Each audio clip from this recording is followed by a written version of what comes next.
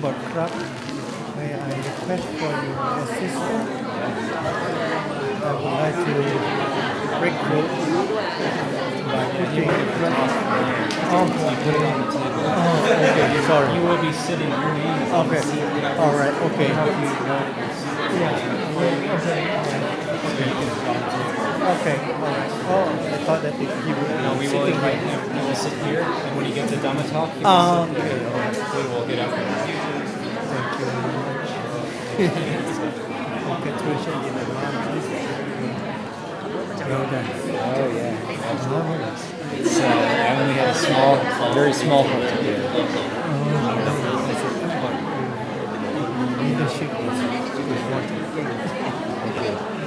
Yeah, you're welcome to just put it up there. But it's not right away. All right. You will know when you post out. Yeah, Also, it will be live streamed on YouTube. okay. Testing, 1, 2. Okay.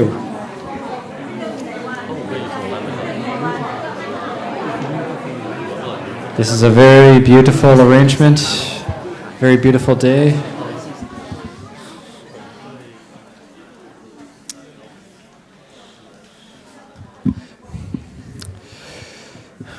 So I think we'll begin something about like 110 or so, where everybody's starting to come back together, but don't want it to be too rushed. But yeah, as soon as everybody's back together, then we will commence with the Pah Bah Ceremony, beginning with the taking of the 5 precepts. So whenever everybody's together, we will do that. For the announcements earlier, even though I was born in America, I'm still learning English. So I actually misspoke about something earlier, which was I said that this Pah Bah Ceremony is on behalf of Ajahn Jayasaro. It's actually on behalf of Abhayagiri for Ajahn Jayasaro. So to have correct grammar and to get the meaning across in the most accurate way possible, that's what must be said. So on behalf of Abhayagiri, the lay community, on behalf of the lay community connected with Abhayagiri Buddhist Monastery and elsewhere, then offerings are being made on behalf of this community for Ajahn Jayasaro. This is growing up in California.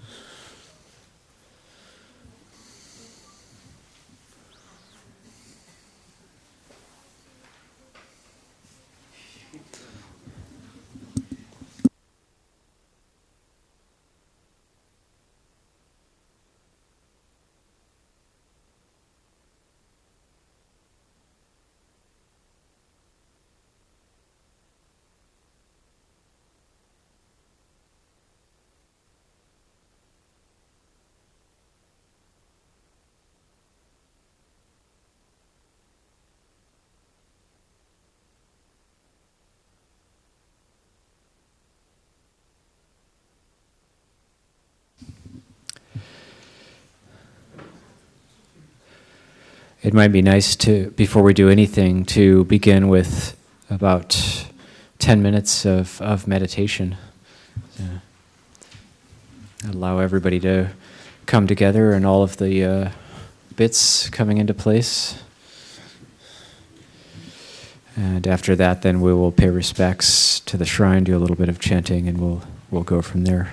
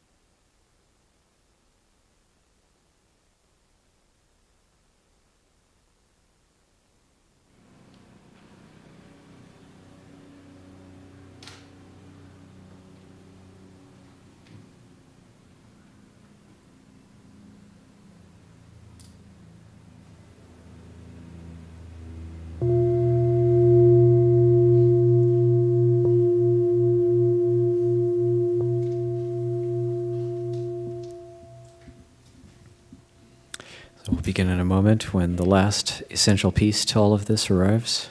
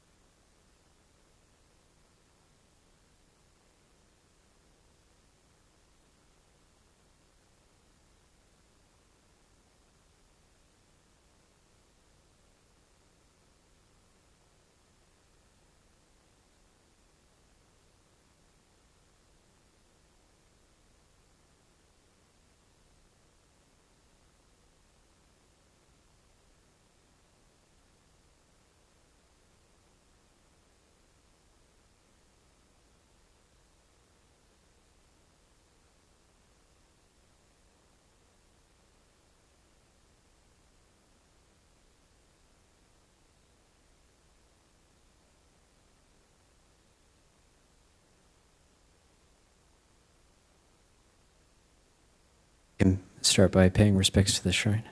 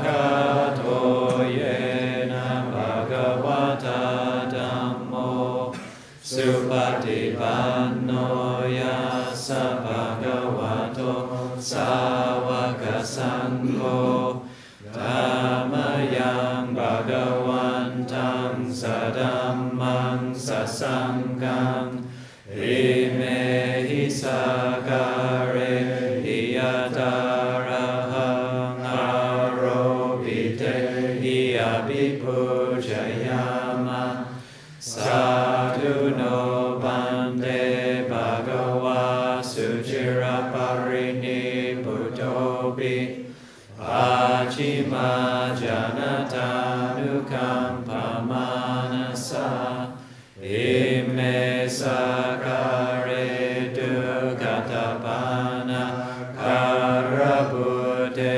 patiganhatu ammakandi karatam hitaya sukaya arahang samma sambuddho bhagava buddhang bhagavantang abhivademi suakato bhagavata dhammo dhammang namassami. Supatipanno Bhagavato Savaka Sangho Sangham Namami.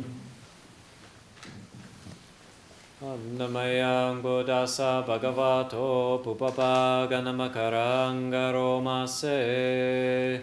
Namo Tassa Bhagavato Arahato Samma Sambuddhassa.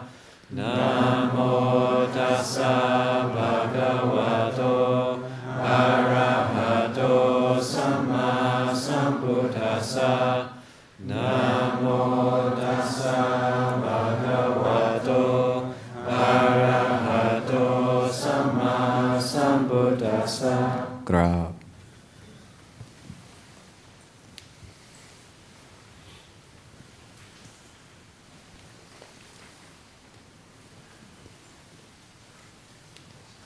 And we'll pay respects to Luang Por Pasano, Patan Sol.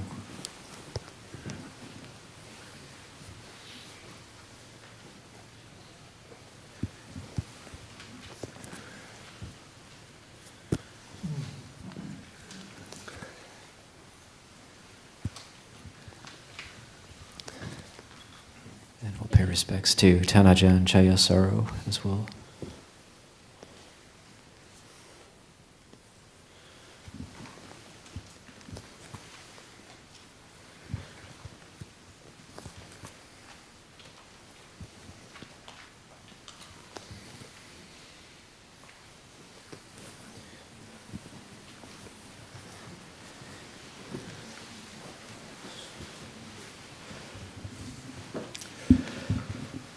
So once again, welcome everybody. Give a warm welcome to everybody, and apologies for the slightly late start there.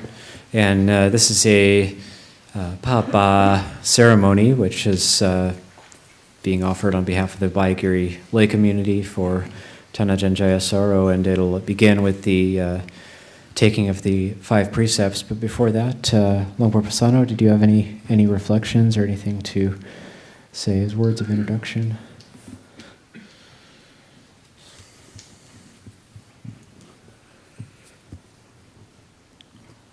Well, again, just as we have all gathered, and just to express appreciation for everybody coming today. Many people are kind of local, like really local, and then others are from the Bay Area, and then others are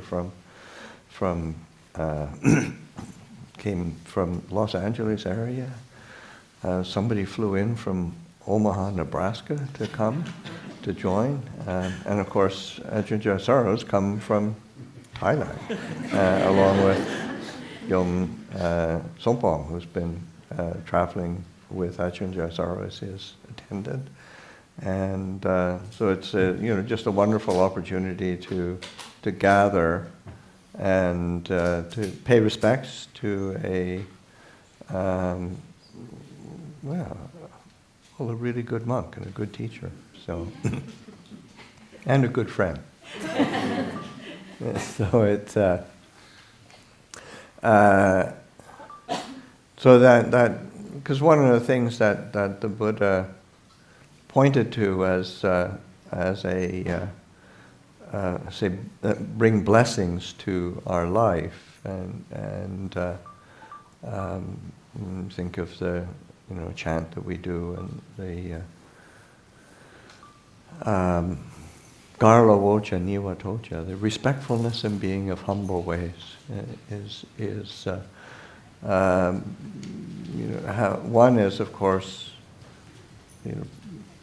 being, having the opportunity to pay respects to somebody who has dedicated their life to practice, to training, to bringing goodness into the world is a great blessing. And to be able to do that and to set aside any kind of selfishness that we have. And whether one's a monastic or a lay person, that cry of self is so mournful and pitiful. What about me? But to be able to set that aside and to pay respects to a well-seasoned monastic and teacher, and to be able to receive teachings from him today it's a great blessing, and to be able to make offerings for. It's not. One of the things is it's great to be able to make offerings to, say, like Ajahn Jayasaro, is that you just know he's got different projects that he's interested in supporting and being involved with, and then it's an opportunity to join in those very worthy projects and helping to make them happen. So anyway, I won't ramble on for too long. This is Ajahn Jayasaro's day. Would you be able to give the 5 precepts? If I can. Yeah. Okay. One cut.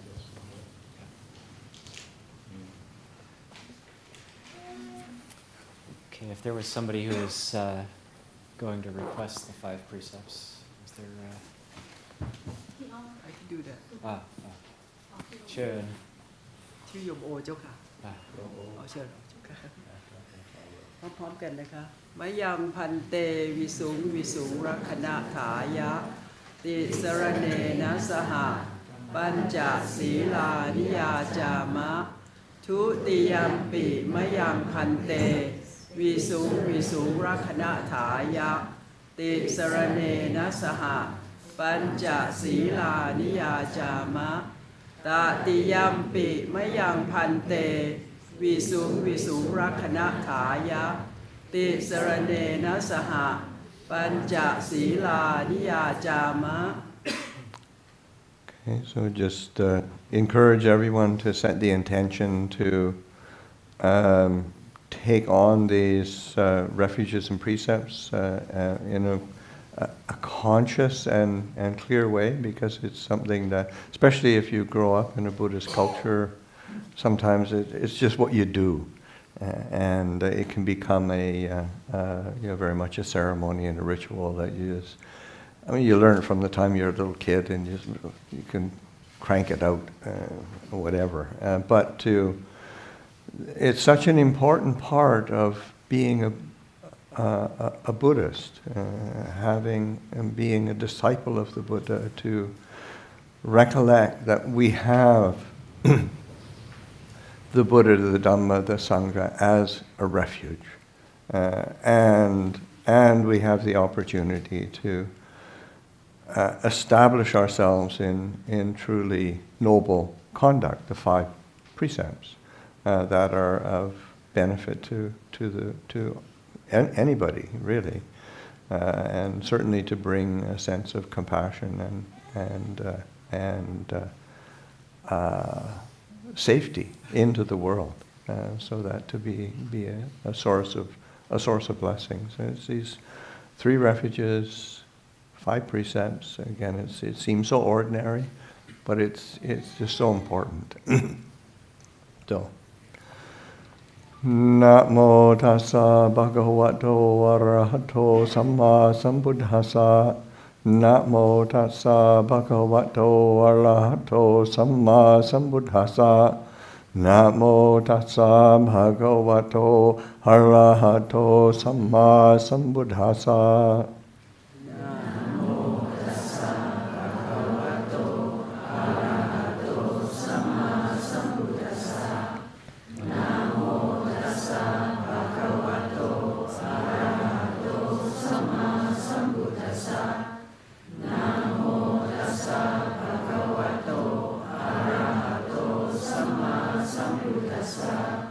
Buddhaṃ saranang gacchāmi. Dhammaṃ saranang gacchāmi. สังฆังสรณังกัจฉามิดุติยัมปิพุทธังสรณังกัจฉามิ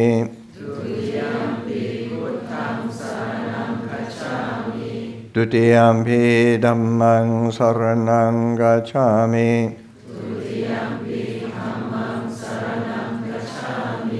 ดุติยัมปิสังฆังสรณังกัจฉามิ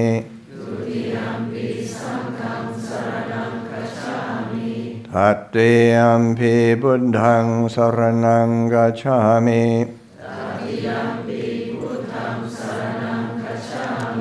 ตัตติยัมปิธัมมังสรณังกัจฉามิ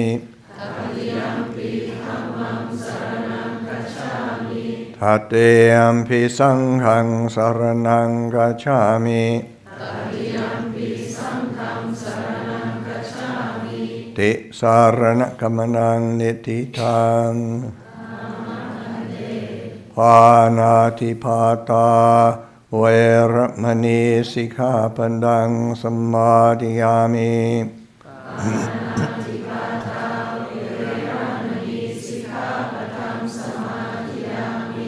อาทินนาดานาเวรมณีสิกขาปัดังสมาธิยามิ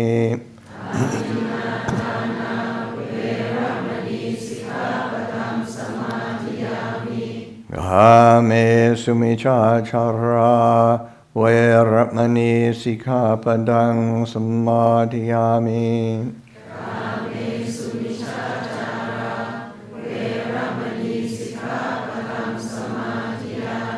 มุสาวาทาเวรมณีสิกขาปัดังสมาธิยามิ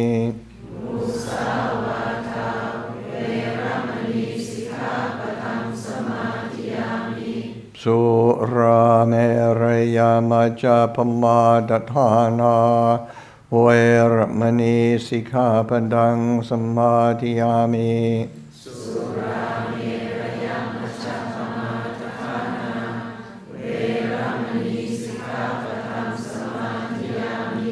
เอมานิปัญจสิกขาปัดานิสีเลนะสุขติยันติสีเลนะโภคสัมปดาสีเลนะนิพุติยันติทัสมาสีลังวิโสทะเย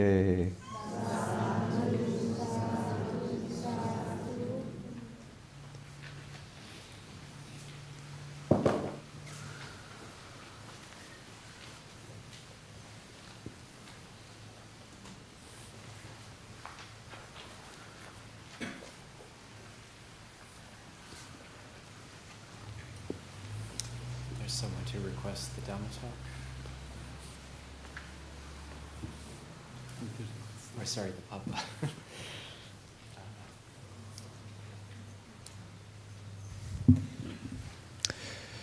Okay, so the next part of the ceremony will be the actual offering of the Pah Bah, and so there'll be the announcement for that. Once the announcement is finished, then we'll invite Ajahn Jayasaro to sit in the center and then receive the cloth. Ask if the Sangha have their hands in Anjali during the announcement.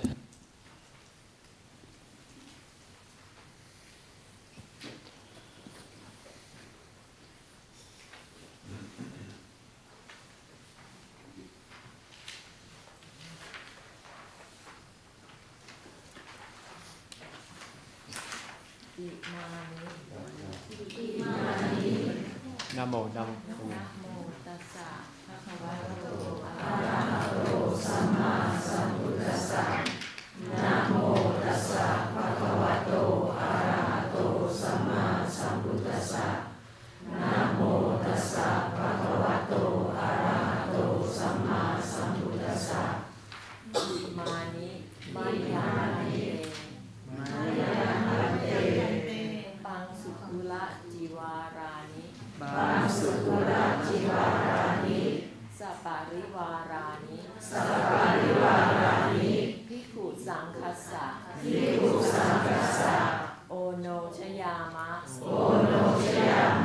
สาธุโนพันเต สาธุโนพันเต ภิกขุสังโฆ ภิกขุสังโฆ อิมานิ อิมานิ ปังสุกุลจิวารานิ ปังสุกุลจิวารานิ สัปปริวารานิ สัพปริวารานิ ปฏิคันหาตุ ปฏิคันหาตุ อัมหากัง อัมหากัง ทีครัตตัง ทีฆารตัง หิตายะ ทิตายะ สุขายะ สุขายะ ข้าแต่พระสงฆ์ผู้เจริญ ข้าแต่พระสงฆ์ผู้เจริญ ข้าพเจ้าทั้งหลาย ข้าพเจ้าทั้งหลาย ขอน้อมถวายผ้าบางสุกุลจีวร ขอน้อมถวายผ้าบางสกุลจีวร กับทั้งบริวารเหล่านี้ กับทั้งบริวารเหล่านี้ แด่พระภิกษุสงฆ์ แด่พระภิกษุสงฆ์ ขอพระภิกษุสงฆ์โปรดรับผ้าบางสุกุลจีวร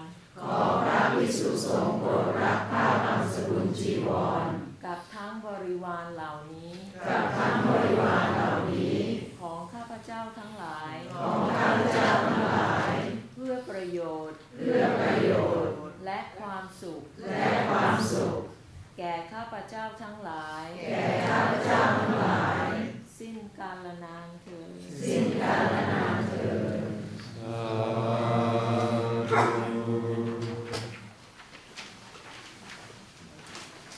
Have an Nimon cup. We'll invite Tana Ajahn into the center.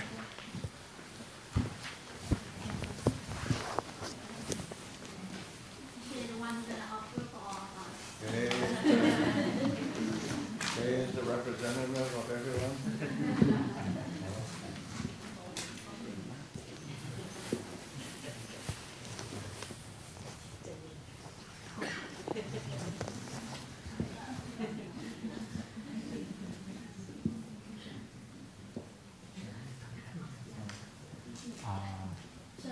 Blessing at this point or after the talk?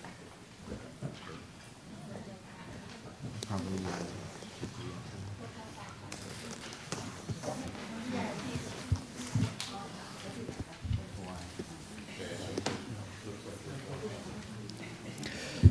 So, any offerings that are to be offered could be offered now to Tana Ajahn.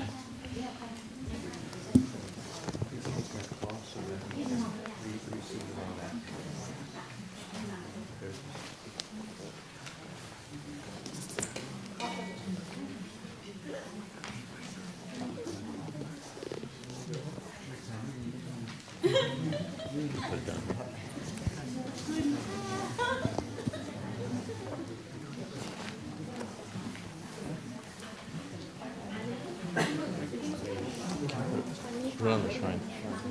That's why it's empty.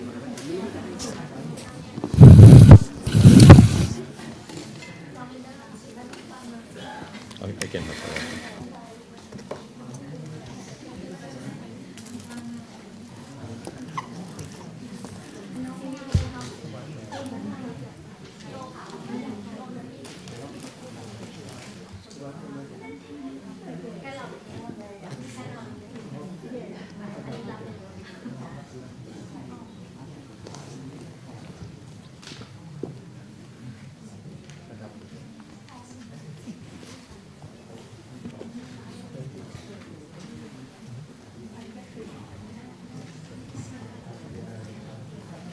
That goes back here.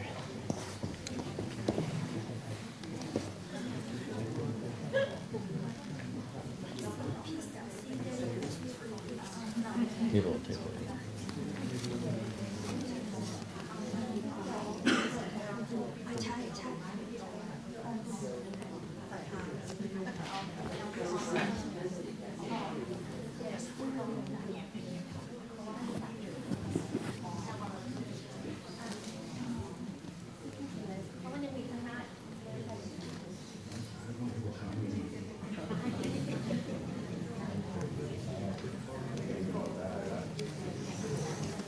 Can I move this way?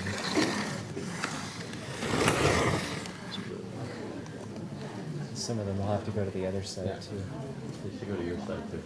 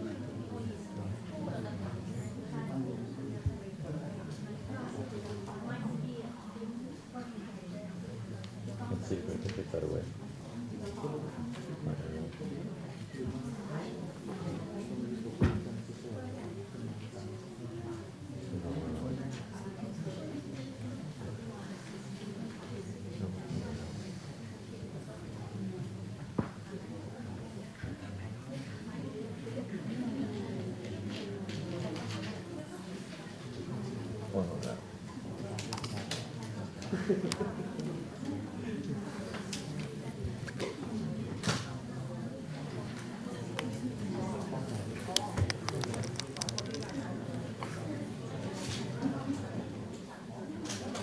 more. One more pin behind. I know.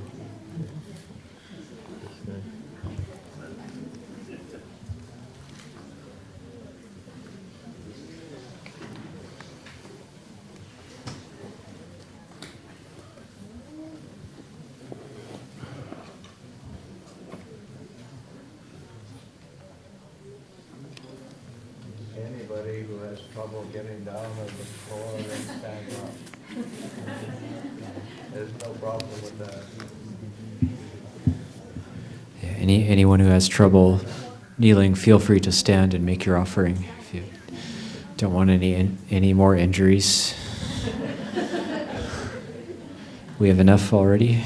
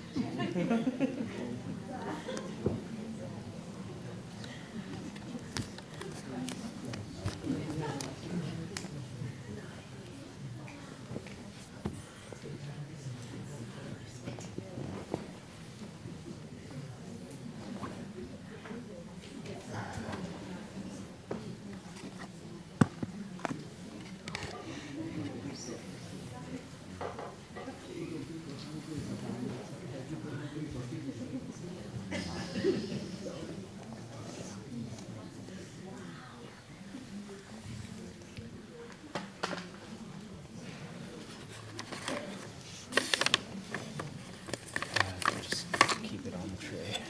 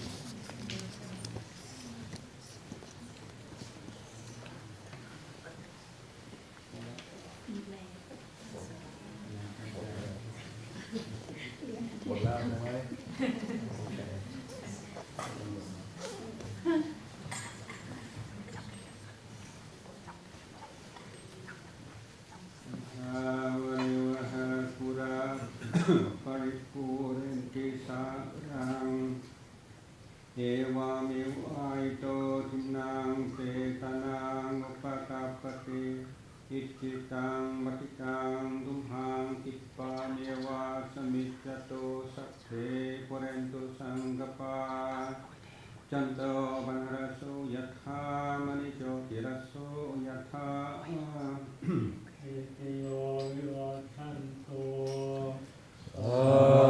ปะโรโกวินาศตุมาเตภวัตวันตรายโยสุขีติกายุโกภวะอาภิวาทนาสิริสนิจังพุทธปัจจายโนจัตตารโอธัมมาวัฏันติอายุวันโนสุขังบาลัง วัตุสัพพมังคลัง ราคันตุสัพพเทวตาสัมมาพุทธานุภาเวนะสรโสติภวันตุเตภาวะตุสัพพมังคลังราคันตุสัพพเทวตาสัมมาธัมมานุภาเวนะสรโส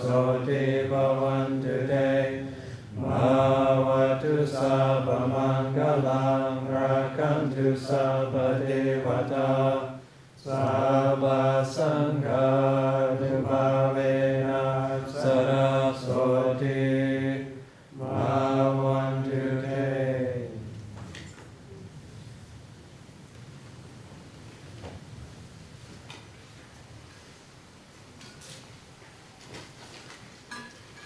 And if I sit here, I can see you clearly. If I sit Sure. We'll have to change the camera angle. Let's see. But maybe we could, yeah, we should be able to do that.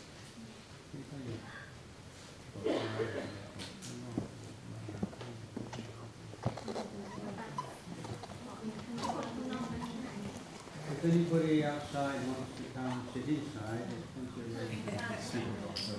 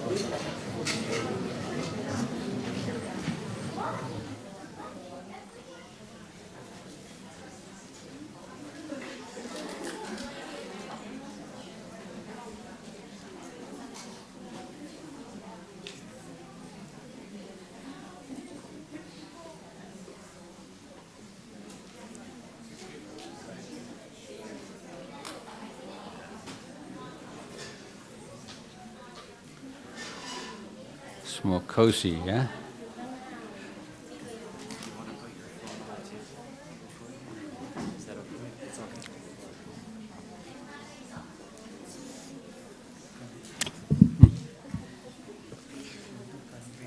Huh?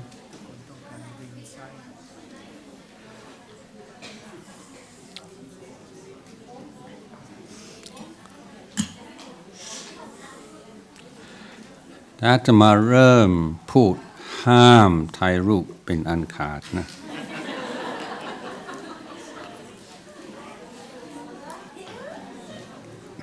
จะเก็บกระเป๋ากลับเมืองไทยเลย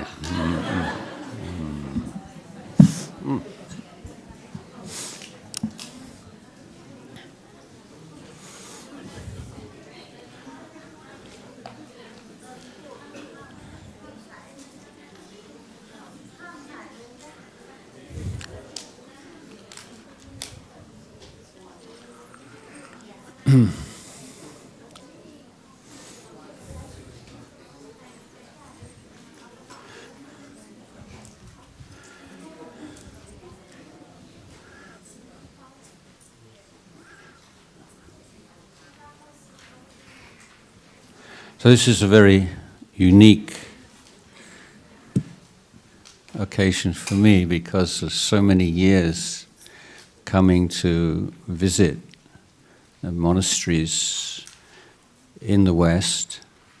I always bring a Pah Bah with me to support one of the monasteries. Here I've offered Pah Bah and Gatin with lay supporters. And this year I bought a Pah Bah for the helping to purchase the land up in Seattle where Ajahn Coelho and Ajahn Jayasaro. So this is unusual, people offering me a Pah Bah. And I have like a core wat or a practice. So wherever I go to another country, I never leave a country with more money than I had when I entered. So if people offer me, whatever country in the world, if people offer me donations, I always offer it somewhere else before I leave. So I don't have, so nobody can say, oh, Ajahn Jayasaro is just going to that country to make money. You see? So that's especially a consideration going places like China. Luang Por Pasno was speaking kindly of many projects, so maybe just to give you a quick, there's not that many really. I'm working in education, trying to create we call a Buddhist wisdom model for education, working from kindergarten, primary school, upper school children, developing a Buddhist model. That's a big interest of mine. I'm a advisor, or I don't know. Yeah, I'm something anyway in a charitable foundation called Pluk Ton Mai, Pluk Thamma, which is trying to create a new vision of making merit in Thailand, making merit by planting trees. So there are many events every year where people come together and plant trees in monasteries and plant trees and making it into like a tambun, because this is what the country really needs, and monasteries often need more than the usual requisites that are offered.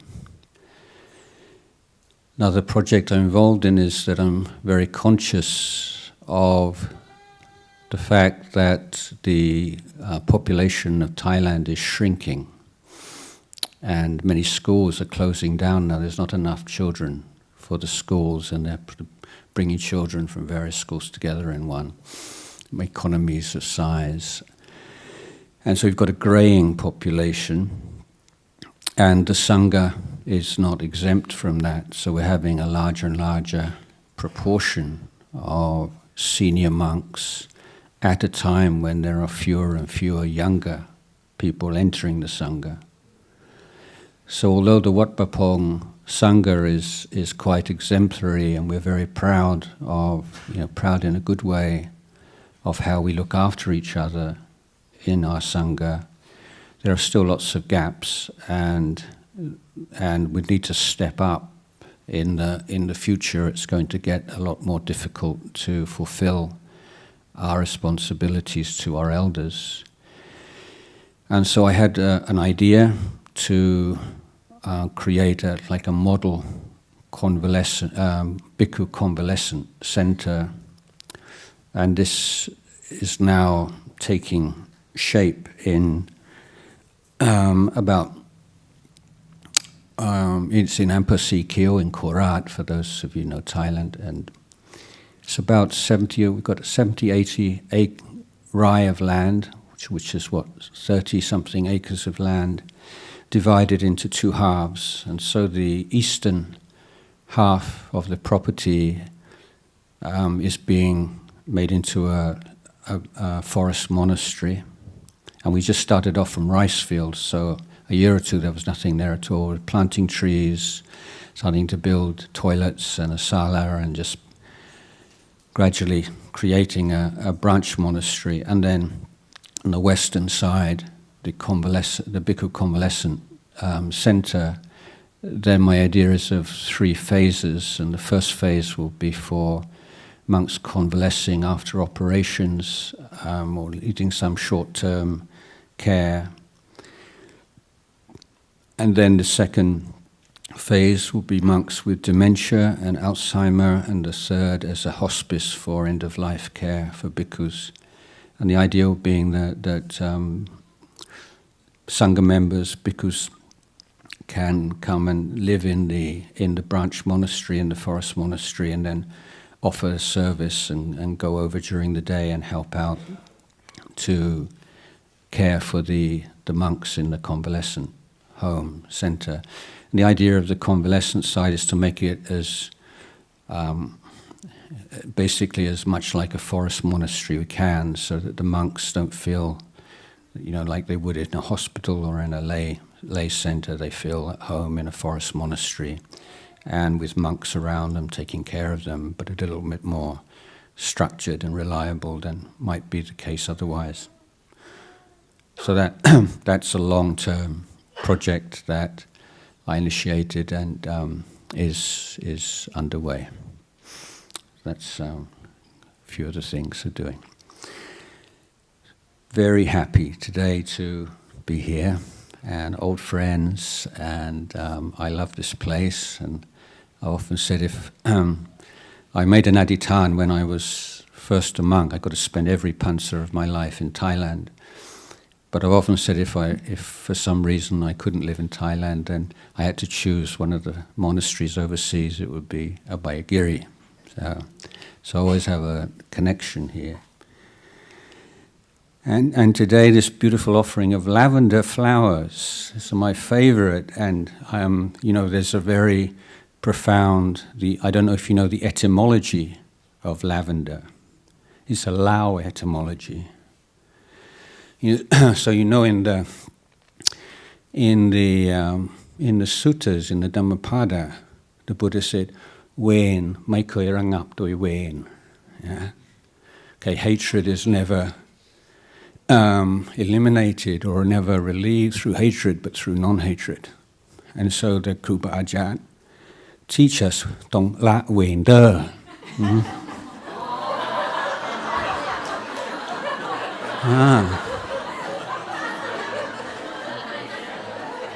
Nè, ไม่มีใครรู้เนาะ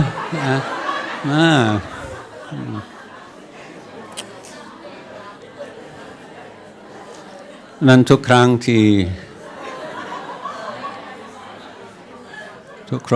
ที่มาหน้าศาลาเนี่ยตรงละเวนเดอร์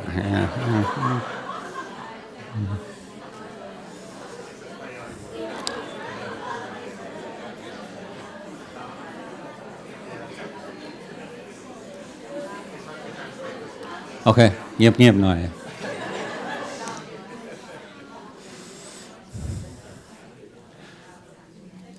Yeah, I can't really translate that. It's Wen means like hatred. La means abandon, and der is like a particle, encouraging. So it's just like la wen der means like abandon hatred. You see, so whenever you see the lavender in here, then you'll know why it's planted, and you have a little Dhamma teaching.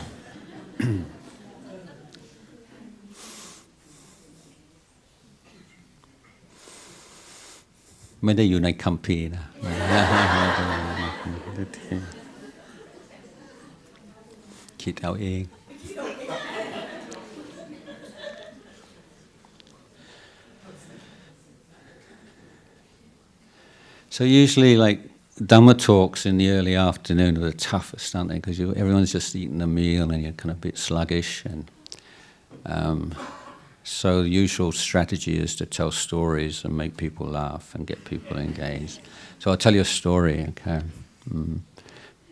So I'm going to tell you one of my favorite stories, and then one of my least favorite stories, okay? So my favorite story is about an old lady, a Japanese lady, and she's a miserable old lady. And nobody ever wants to have anything to do with her, because whenever you go, nothing's ever right. She's always complaining and moaning about this and moaning about that. And but she has one important person in her life, and it's her grandson. And this grandson has a real gift for calligraphy. And she's determined that her grandson is going to become a great calligrapher. She wants him to go and study in the college in Tokyo. But of course it's very difficult to be accepted for such a prestigious school. Fortunately, she has a relation, a cousin, who is a bhikkhu, a monk, and a very well-known calligrapher. And also it's known he's a close friend of the director of this most prestigious school of calligraphy in Tokyo.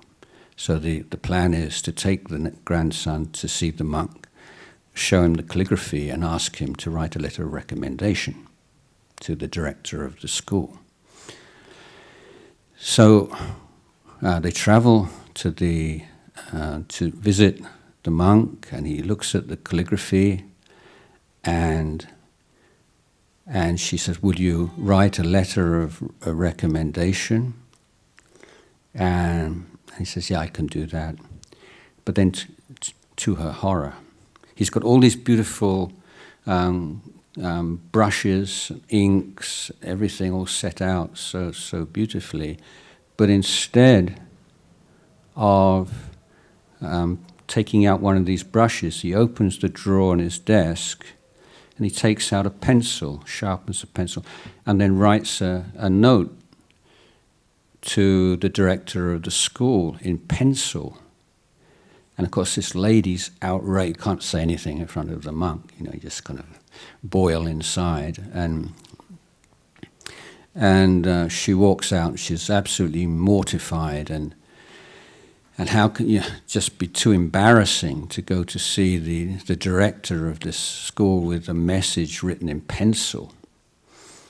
But as time goes on, it's so desperate, she decides, well, might as well give it a try. So she goes to Tokyo, and with great embarrassment and shyness, she offers this letter from the monk. And the director looks at the letter and just if Venerable recommends your grandson, yes, I'll give him a try, and he's accepted.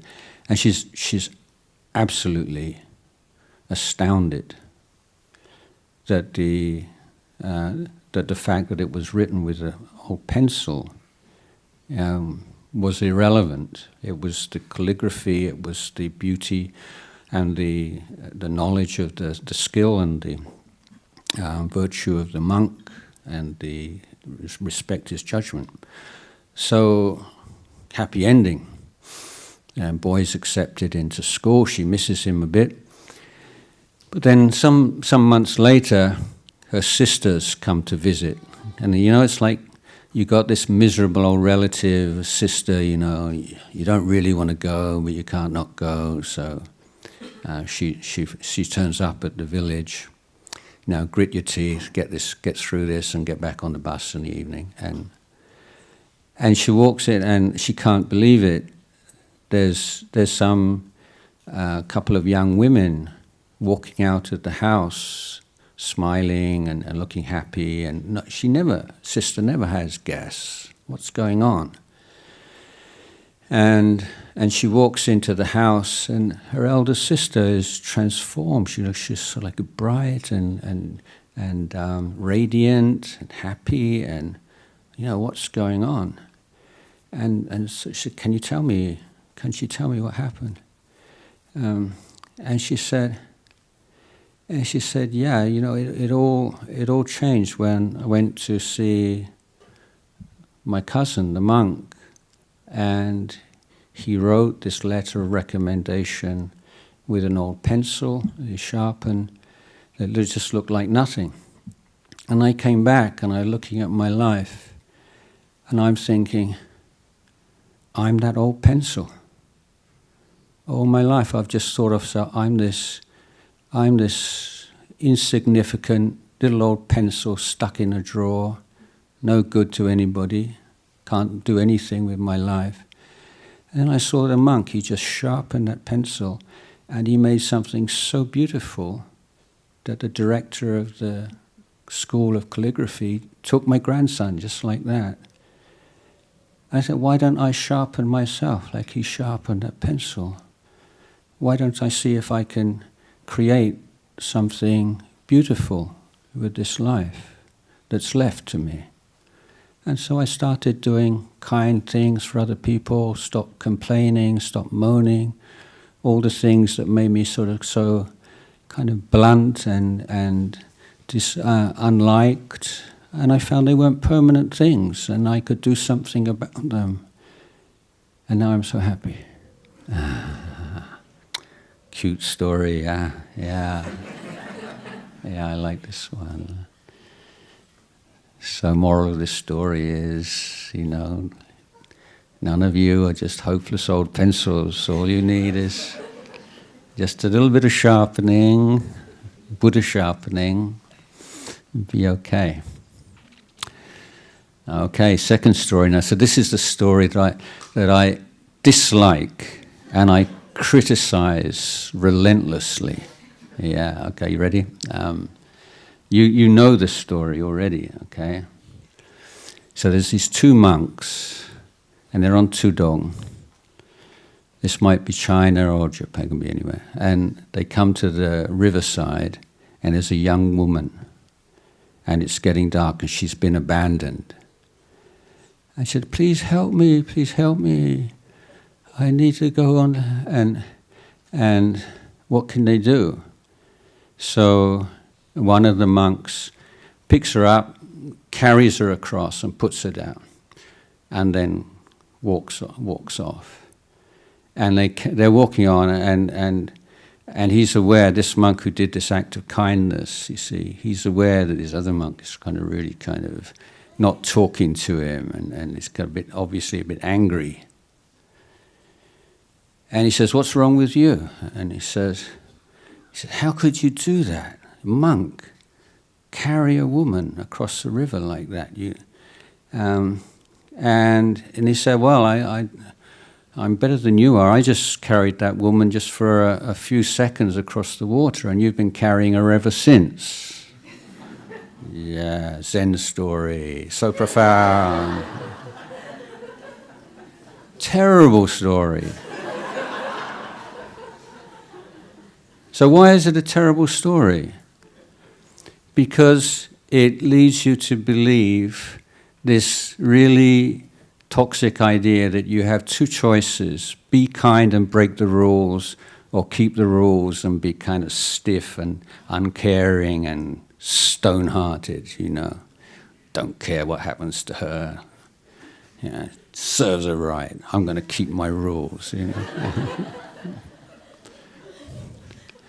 But actually, what would happen, it's like me and Ajahn Jayasaro, we're on Tudong, and we come to this lady, and she's standing there by the side of the river, and she said, help me,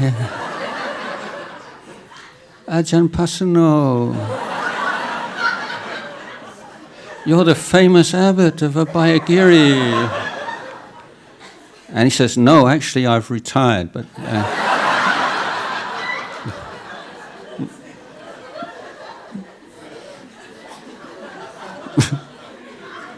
But anyway, you can still help me. So Ajahn Jayasaro talks to me and said, what should we do? We said, well, there was a village a couple of kilometers back. Let's take her back to the village and see if someone will look after her. Take her to the headman of the village, or maybe there's a safe place for her to stay, or if it's really important, we can do a bit of a detour. There's, the two of us, we can wade across this river, she can't do that, so we'll walk around, and there's a bridge a few kilometers down the road, down the river, and we'll take her across. That's okay, we don't mind wasting a bit of time to do the act of kindness. So this is how it happens in real life. You have rules which give you boundaries, and then you said, how can you do the kind thing within our boundaries? That's where the wisdom aspect of sila comes. And it's not that false dilemma, of be strict and hard-hearted, or break your rules and be a kind-hearted bodhisattva. It's like, these are our rules. We have a duty to keep our rules. We have this loyalty to our rules and commitment to our rules. These rules are given to us by the Buddha and given to us by our Upajjhaya. These are not light things. This is the most important thing. This is our culture. This is who we are as samanas. But we're not just going to abandon a woman in a dark, lonely place, but we're not going to break our rules.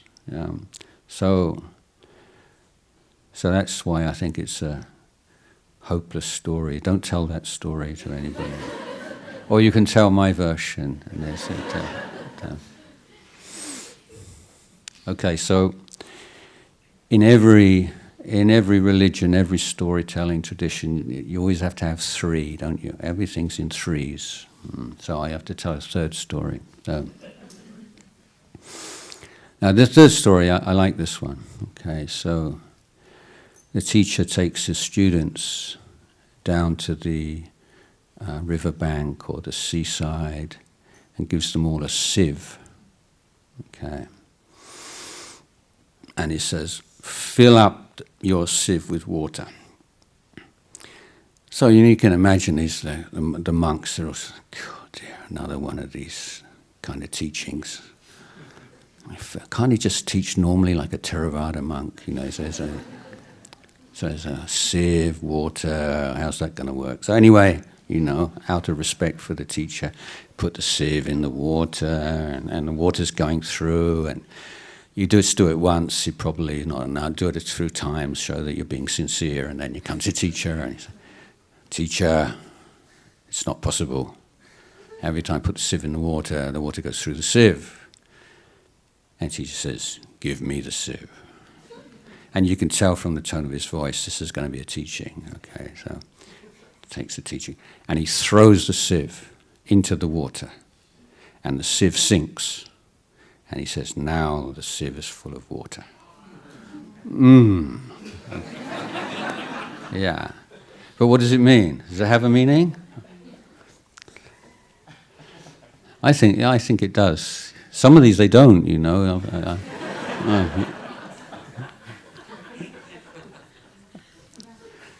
What I take this meaning is that many of us, most of us, we practice and we have certain reservations. You've got to give everything up, let go. Yes, yeah, I'm gonna let go of this and let go of that, but this one, yeah, just not ready yet. Yeah. So this is the one most used excuses in Thailand. These two words, you hear them over again. My prom. Yang my prom. It's not ready yet. Not ready means I don't want to, basically. So this idea, you just hold on to something. Just one thing that you treasure, and you're not ready. You give up everything else, but not this thing. And then you think, I've given up so much. Can't I have just this one little thing? So the teaching is, but it's like holding on to the sieve. That one little thing, means that everything else is pointless. You have to give up everything. Yeah. So it's like you cast yourself into the teachings without reservations, just like you cast a sieve into the water without reservations. So that's the stories. So I like stories, you probably know. And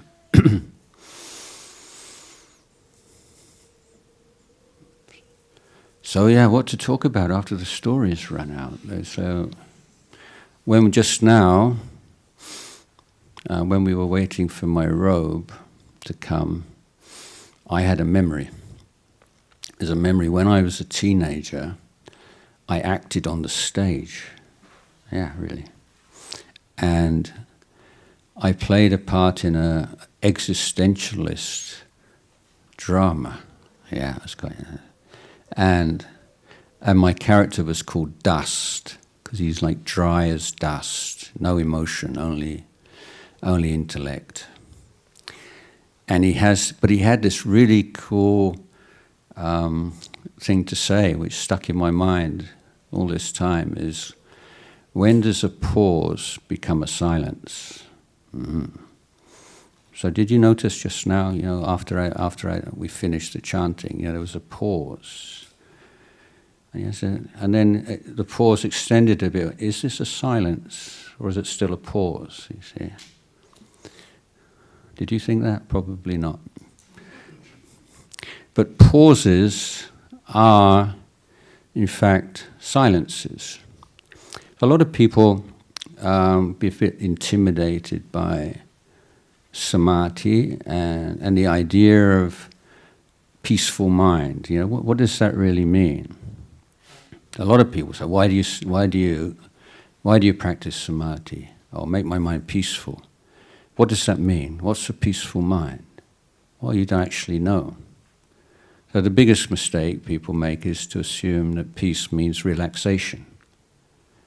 And so very commonly, when people meditate and then the agitation in the mind falls away and you start to feel kind of warm and relaxed, then people start to fall asleep. Yeah, because they feel, this is it, I got it, peace. And seeing peace as like lack of stress or lack of agitation. But that's not what it is at all. It's much more profound than that. So a wiser attitude to meditation start off is, I don't know what peace is. Sounds kind of good, but don't really know what it is. Therefore, establishing it as a goal is fraught with difficulties and may well lead me to get distracted or get lost. But what do I know? What does every meditator know from day one? All the things in your mind which are not peaceful. Okay. So that's the practice, working with all which is not peaceful. In the old days when Luang Por Chah was still teaching, at the end of the evening session, after the chanting and the meditation and the talk, and he would tell the monks to go back and meditate. Go back to your kutis and meditate. But that's not exactly what he said. He would say, go back tam kwam pien. So tam kwam pien means go back and put forth effort. So if you think, I'm just going to meditate, especially before last thing at night, I'm just going to meditate, Before long, you realize that there's a magnet in your pillow. You didn't know this before. And it's just kind of pulling your head. It's very hard to meditate last thing at night, isn't it? If your idea is just to sort of calm your mind. But Luang Por Chah was saying, Tam Kwam Pien, this is work. You're doing the work of meditation. This is a training. And the Four Noble Truths we can reduce to two hypotheses. Dukkha, suffering, if you like, is conditioned by defilement, and true happiness, freedom, liberation, is conditioned by wholesome dhammas or virtues. So that being the case, we have 4 challenges. If we accept those 2 hypotheses, then that leads us to 4 challenges that we have to meet in our life as Buddhists. First challenge is, well, if as long as there is defilement in the mind, there will always be dukkha of one level or another. Therefore, we need to train our minds in such a way to prevent as yet unarisen defilements from arising in the mind. So how do we do that? And given that that's very difficult, we also need a strategy to help us abandon the defilements that have already entered our minds. You see, so if we take that hypothesis, we take this as a working hypothesis, what the Buddha says, as long as there's defilement in your life, there'll always be some kind of suffering. Defilement will always spoil it. It will always undermine it. It will always distort it. And so if you want to really be free of suffering, you have to be free of defilements. And being free of defilements, you have to be skilled. You have to be intelligent. You have to be committed to a strategy of preventing defilements from entering your mind. And in the case where you're unsuccessful in that first strategy, in abandoning those that have arisen. If we take that of course, nibbana itself is not conditioned by virtues, but the realization of nibbana is. And so the virtues, the wholesome dhammas. And so there are so many of these wholesome dhammas which are absolutely intrinsic, necessary for the path to reach fulfillment. So we need a strategy to introduce into the mind the wholesome dhammas that are not there yet. And when they are there, they're not stable. You know, we can't just say, "Oh, I've got that one now." You have to take care of them. You have to nurture them.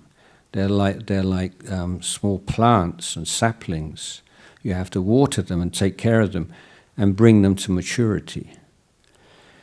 So as Buddhists, these are our 4 challenges in life. You know, whether we're monastics or we're lay people, if we have taken refuge in Buddha Dhamma Sangha and we have this faith in the wisdom of the Buddha, and the Buddha is saying that you need to take responsibility for your life and you need to apply yourself, you need to meet these 4 challenges of protecting your mind against defilement, abandoning defilements that have arisen, bringing good qualities into your mind and cultivating the good qualities that are there already. Now, fortunately for us, the Buddha created an activity, a single activity which encompasses all 4 of those trainings, all 4 of those kinds of effort in one activity. How brilliant is that? And that's what we call meditation practice. So the meditation practice, you start off, so first challenge is how can I relate to my meditation object in such a way that defilements don't come up in the mind? What kind of relationship do I need? You can see if you try too hard, you get stressed out, that doesn't work. You're too relaxed, mind won't say that doesn't work. So the thing about meditation, or one of the things about meditation, is you're applying yourself to a process, to a training, which has a very efficient and immediate feedback system telling you how you're doing. So, say you take your breath, for example, you focus on your breath. Are you doing it right?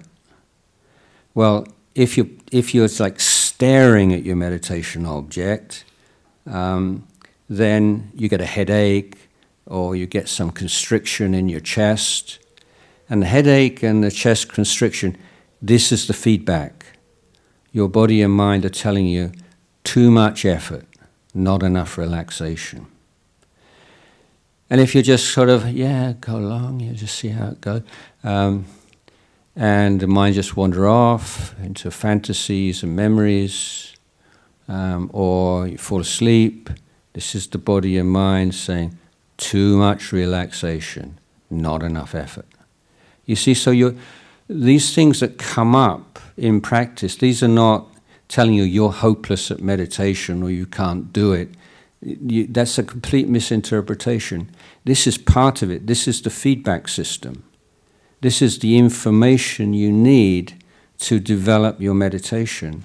When there's an imbalance there, you don't need a teacher outside you. What's happening in the meditation process is your teacher. It's saying, no, if there's a hindrance in your mind, you've lost it. There's too much effort, too little effort. You're caught up in the past, the future, and so on. And so you adjust, and you adjust, and you adjust. So meditation is a learning process. We're learning from what happens in meditation. And so you learn how to keep the mind on the object. And you learn what works and what doesn't work. And similarly with when the defilement does come into the mind, then it's time to apply remedies. We know how we're going to do that. So, the usual advice is very swiftly and resolutely bring the mind back to the object. So does that work? Well, sometimes it works, sometimes it doesn't. But what often happens, if you may observe, is if you're just really caught up in a kind of a really enjoyable thought or fantasy, and then you realize, I've lost it, and you come back. Often there's just one part of you say, but it's not finished yet. It's like unfinished business. And so you come back to it's like, be a good boy, take your medicine, get back to your breath. And say, okay. But I still want to, and so that when your mindfulness becomes a little bit weak, there you go again. You go back to that fantasy, that memory, because really you still want it. You're still interested in it. So this is observation. As meditators, we're observers, close observers of what's happening. I say not judging. That happens. I'm great or I'm terrible. But this is all really important information that you can use to fine-tune your meditation practice. So if you find your mind returning to something again, then that's a good indication that you didn't really abandon it. So when you become aware that you've lost your mindfulness, you just mark it. And you can mark it as impermanent, you can mark it as meaningless, you can mark it as trash, you can mark just a little mark, little hashtag, little something, just to end your interest in that thing. So that when you come back to your breath or your object, you do so wholeheartedly. You choose your breath rather than a distraction. If you're feeling that you're coming back because, I'm meditating, that's what I really should be doing, I should be a good boy, I should be a good girl, and do this, but really, you prefer to be thinking about that thing, you're not going to get very far because the mind's going to return. So if you feel that you're losing out on something, you're losing out on some pleasure when you come back to the breath, then you're going to want that pleasure again. So this is an example of observation, what works, what doesn't work. And now the wholesome dhammas that you're developing is starting off with sati. Sati or mindfulness means you're not forgetting.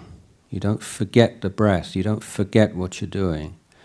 And sampajanya, clear comprehension, is a wisdom factor. And it sees the context within which you are applying mindfulness.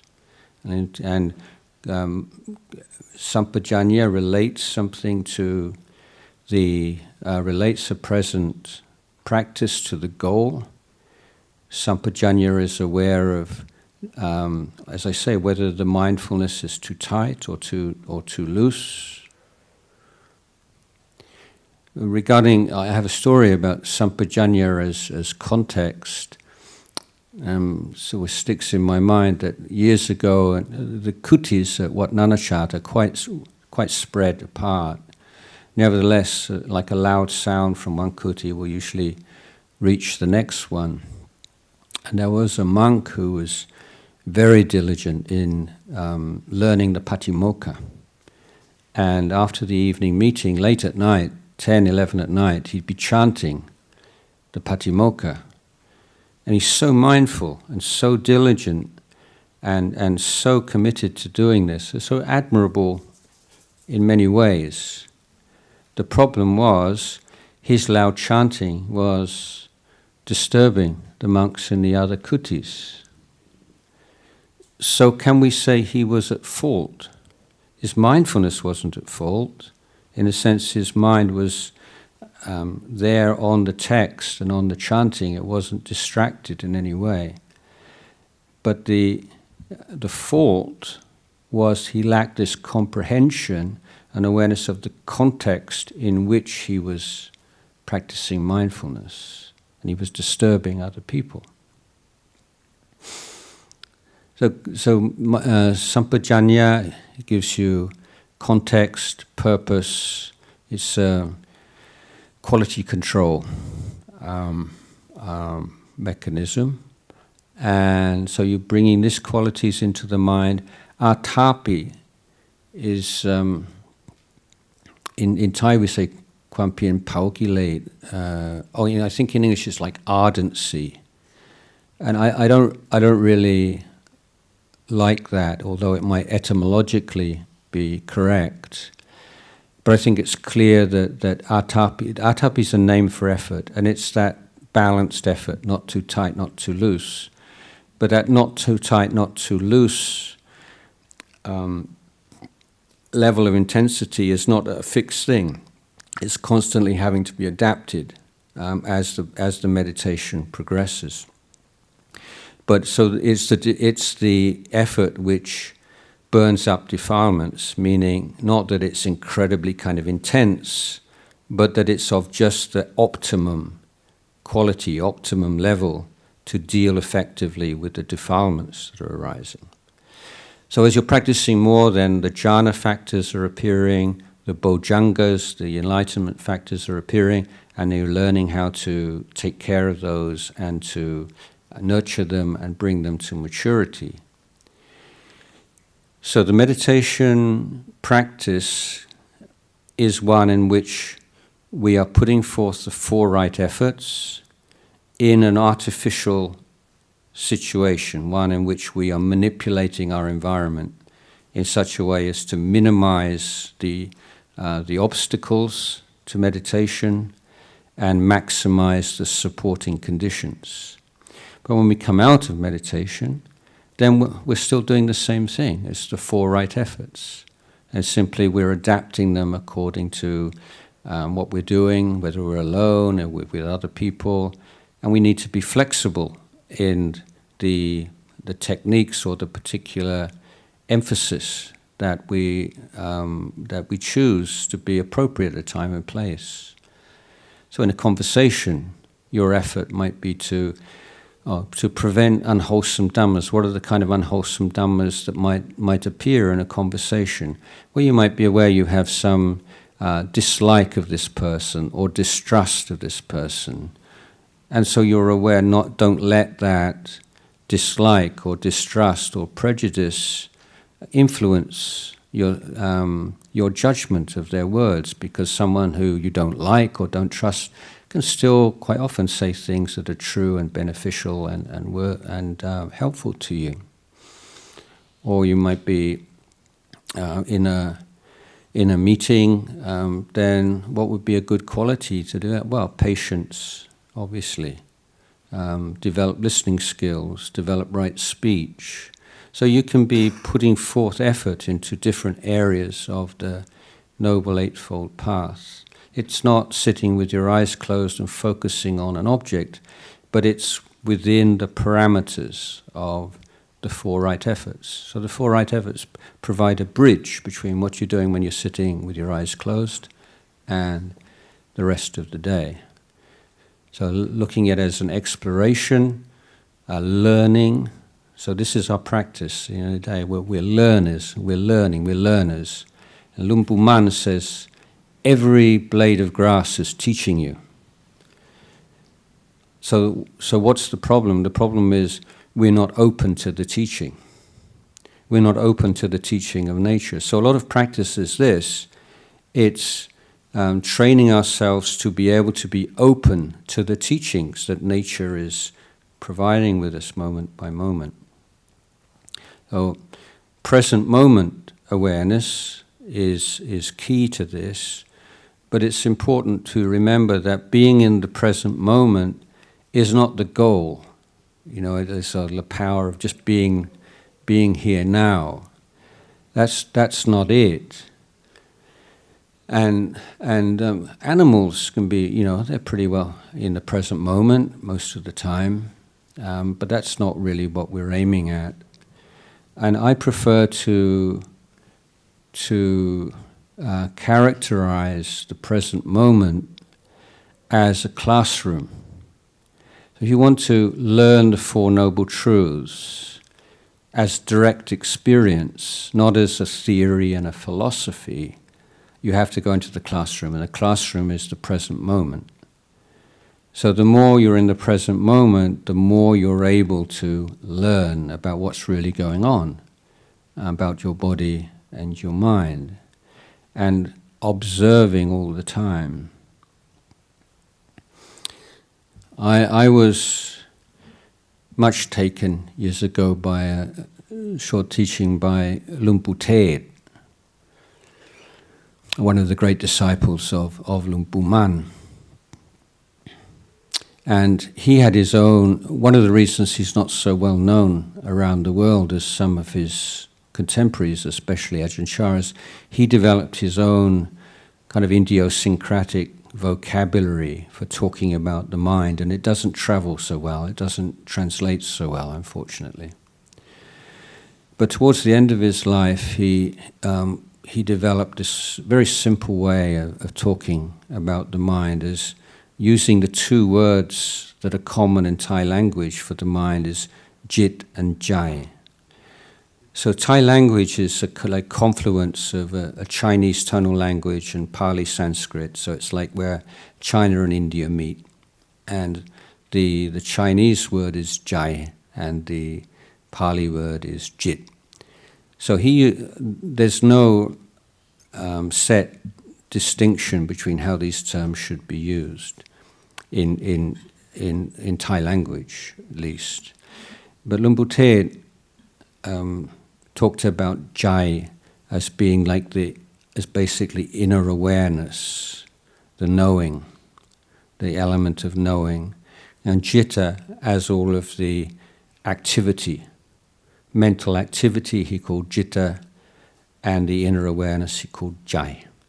So he said, just let go of jitta and dwell in jai. So you can find these teachings in YouTube if you for Thai speakers. But in explaining this, the thing that I liked was he would just say, well, what is jai? You know, and people, well, I don't know what that is, inner awareness, and this all sounds kind of a bit difficult. You know, do you need jhana to know what that is? And he said, look, I'll show you very simply what jai is. Just hold your breath for a few seconds. You can try it. Breathe in, hold your breath. There's no thinking in your mind. Well, so what is that? That's jai. It's that accessible. It's that close. And you can just see it. Every time you just hold your breath, thinking stops, and what remains is awareness. But there's another point at which this awareness, this peace, which to return to the beginning of this part of the discourse a minute, it's like, when does a pause become a peace? When does a pause become a silence? Notice when you breathe out and you reach the end of the out-breath and before the beginning of the in-breath. That's peace, just that moment of peace. You say, oh, I had no peace, just so busy, so much going on all day, the kids and work and this and that, I just never have a moment's, no, you do. Every time you breathe out and before you breathe in, just you notice, that's your peace, that's your moment of peace. And once you notice that once, you can notice it again and again. You say, actually, there's quite a lot of this. Many moments of peace.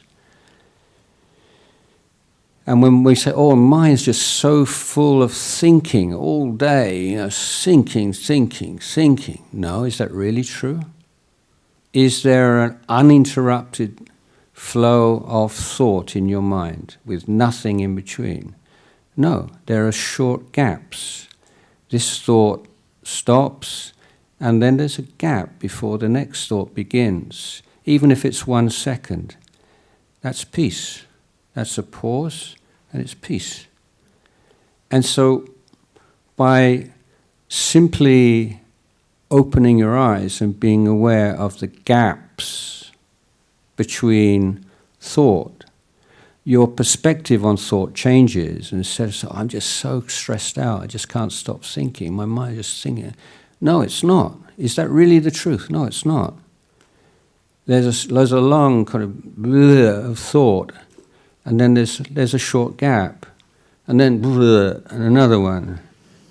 So don't give so much importance to blur, and look at what happens in between, because that's so magical, marvelous. It's like one of the techniques that I teach for dealing with agitation in meditation. So much thought. What can I do? And I'm saying, don't try to stop thinking. If your mind's really agitated and you try and bring it back to your breath, it's so frustrated and you'll just think you're hopeless. You can't do it. So this is kind of martial arts method, okay, of dealing with, I don't do martial art, I'm just assuming it's something like, it's my idea of martial arts, okay. So the idea is that, let's say I'm thinking about something and I just can't stop, I'm going on and on and on. That's something in your brain. So this is the technique. You say, carry on. Don't worry about me. Just carry on, think whatever you want to think, but do it in slow motion. Okay, so I'm just thinking about what I'm going to have for dinner. Something like that. But what you're doing is, like, slow motion means you're inserting pauses in between each word. So you're not sort of getting yourself all frustrated by forbidding yourself for thinking, but you're saying slow motion. Go ahead. But slow motion, what does that really mean is you're inserting little gaps between each word. And you'll find after a while, usually you just can't be bothered, basically.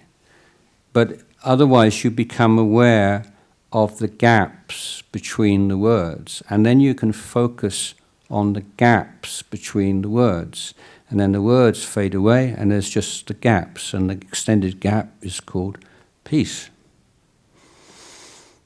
Yeah, you can try it. It is. If it wasn't a good technique, I wouldn't teach it. I wouldn't fly right across the world to teach a lousy technique. I just bring the very best. Okay, I'm not. What's the time? I haven't been. Am I out of time? What's the time? Huh? 2:47. Okay.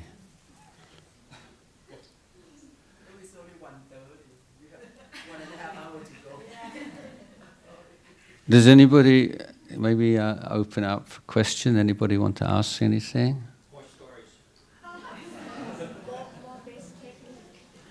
More techniques. More stories. Tudong stories.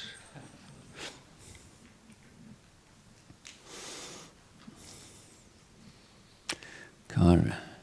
Well, I tell you this Tudong story, but I've told this story many times before, but it's the one that comes to mind now. And it's a true story. And I was walking in Western India near Ajanta. I was doing a circuit, Ajanta Ellora Caves. This is about 15 years ago. And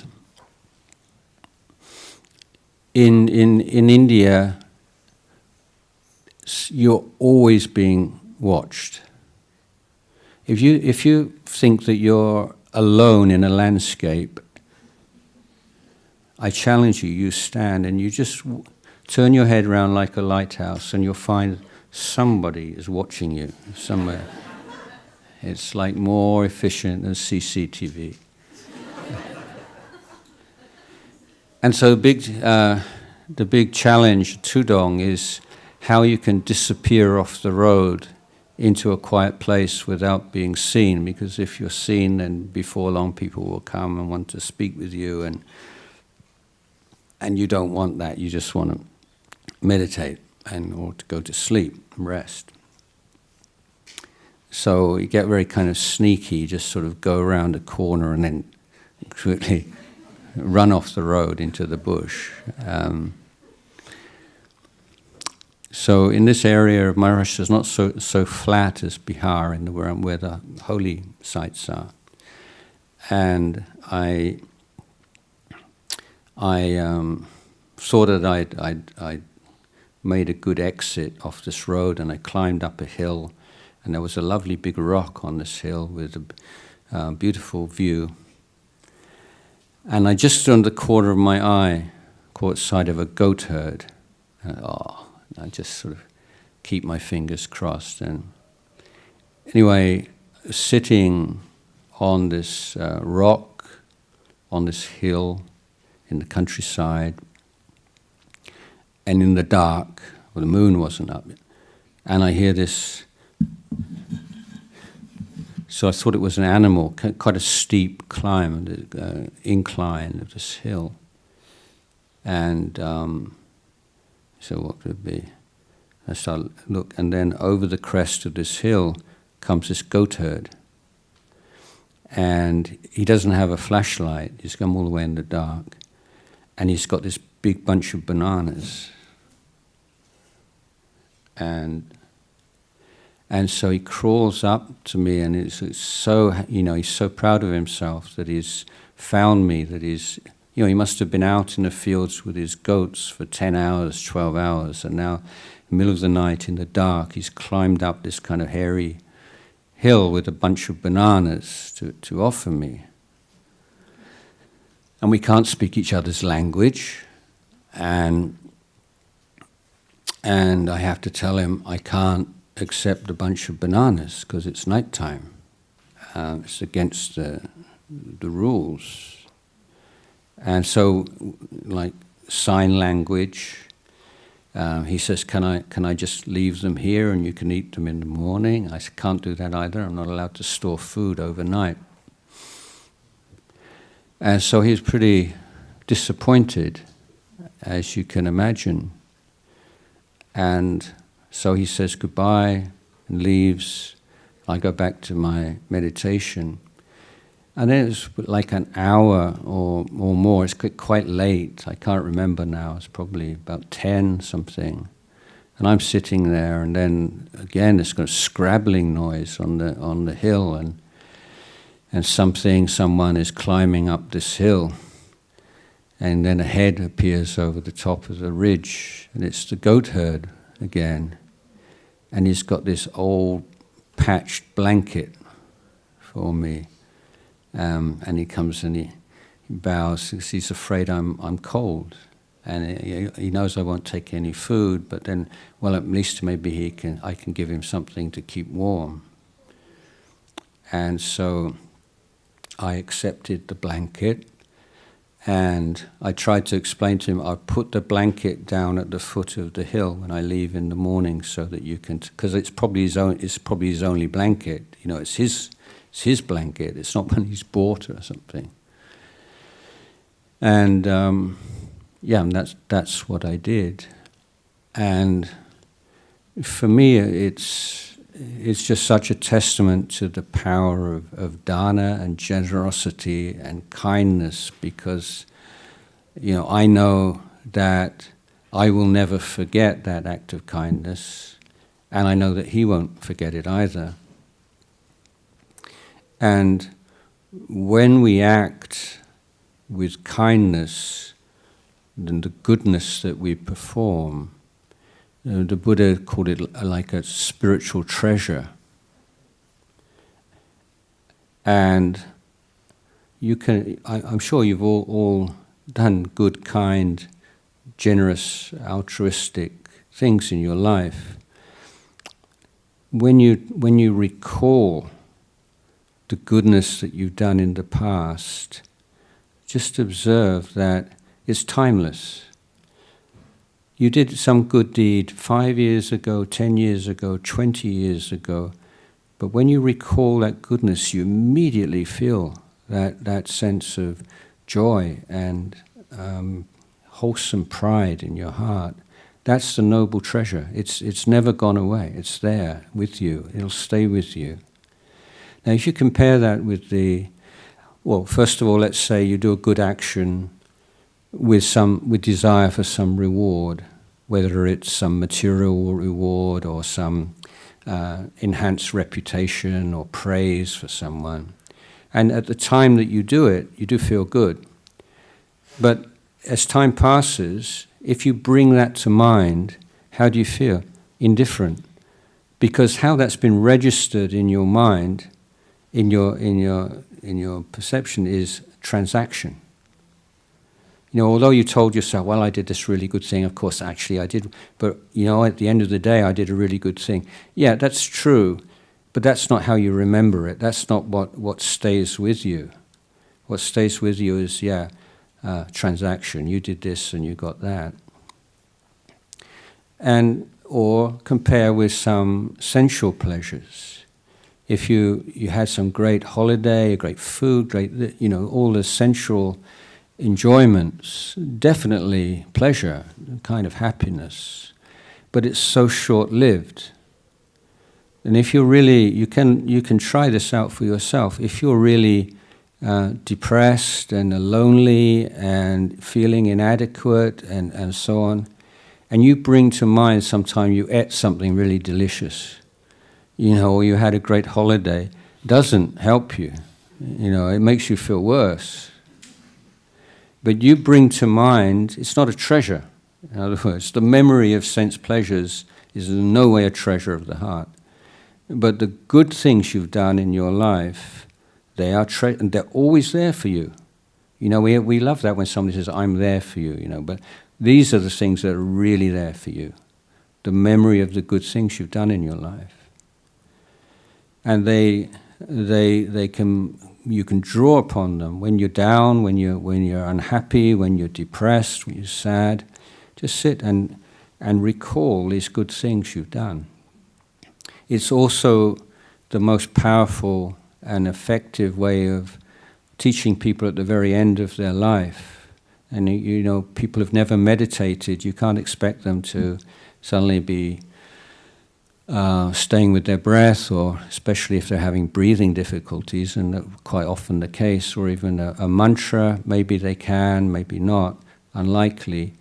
But if you can sit there and very patiently encourage them to recall the things they feel, the good things they've done in their life, people even at the end of their life and in a lot of physical discomfort can experience joy. And that joy can be a meditation object for people at the end of their life. So there is hope to have some peace at the end of life, not so much through conventional techniques, but by finding a way of accessing inner joy, and the inner joy that comes from recollecting goodness that you've performed. So remember this, there's no, every small action that you do, every small act of goodness, you're accumulating these treasures in your heart. It's meaningful. Okay, so that's...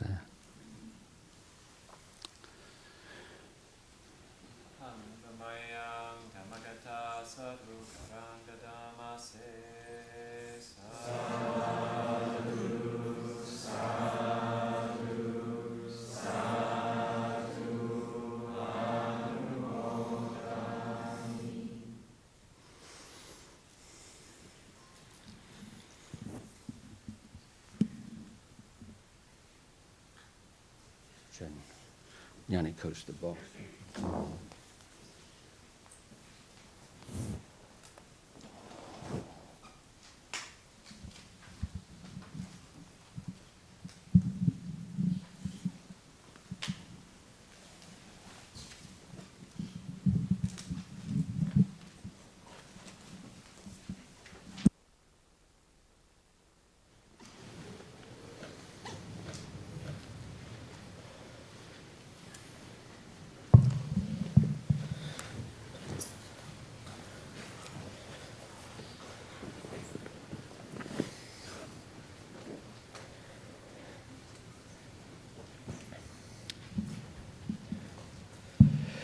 Apologize, didn't really come up with a plan for what to do after the talk.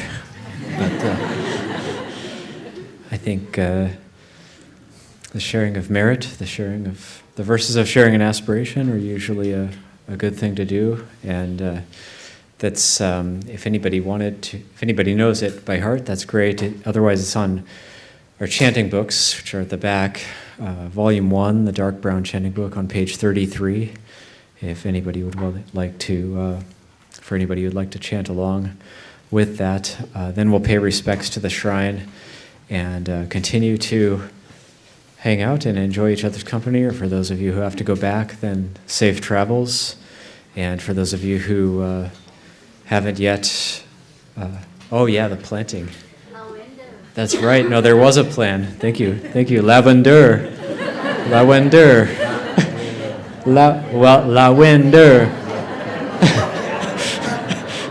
Sorry, it's a brain problem. We're going to Lavender. So we will do the sharing and aspiration, then we'll pay respects to the shrine, and then we are going to invite Ajahn Jayasaro to plant one of these beautiful new lavender plants in our garden.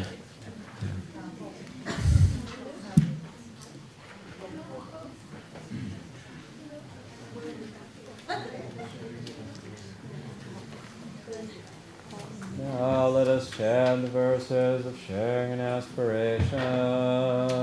Through the goodness that arises from my practice, may my spiritual teachers and guides of great virtue, my mother, my father, and my relatives, the sun and the moon, and all virtuous leaders of the world, may the highest gods and evil forces, celestial beings, guardian spirits of the earth, and the Lord of death, may those who are friendly, indifferent, or hostile, may all beings receive the blessings of my life.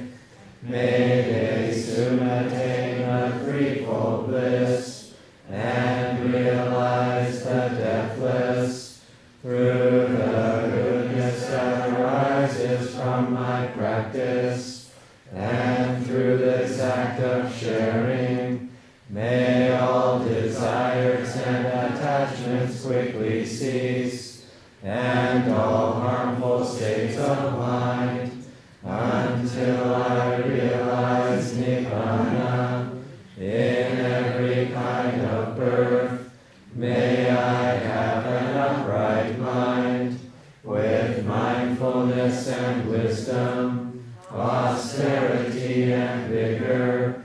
May the forces of delusion not take hold, nor weaken my resolve. The Buddha is my excellent refuge. Unsurpassed is the protection of the Dhamma. The solitary Buddha is my noble guide. The Sangha is my supreme support. Through the supreme power of all these, may darkness and delusion be dispelled.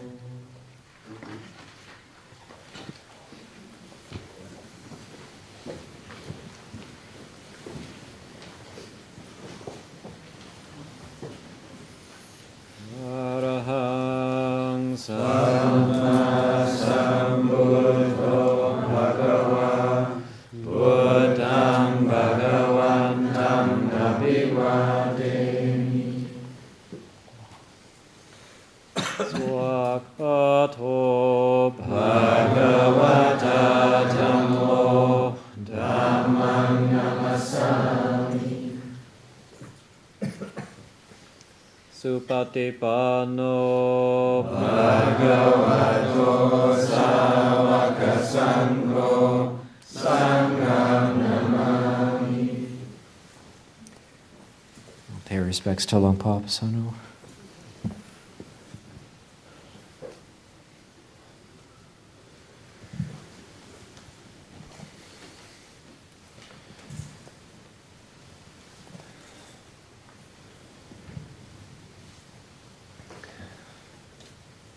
And pay respects one more time to Ajahn Jayasaro as well.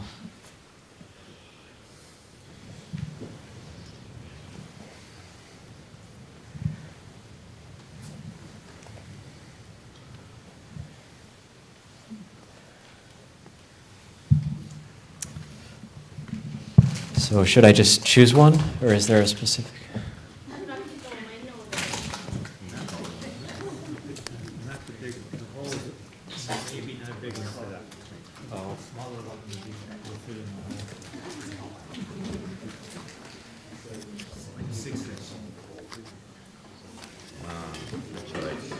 Excellent.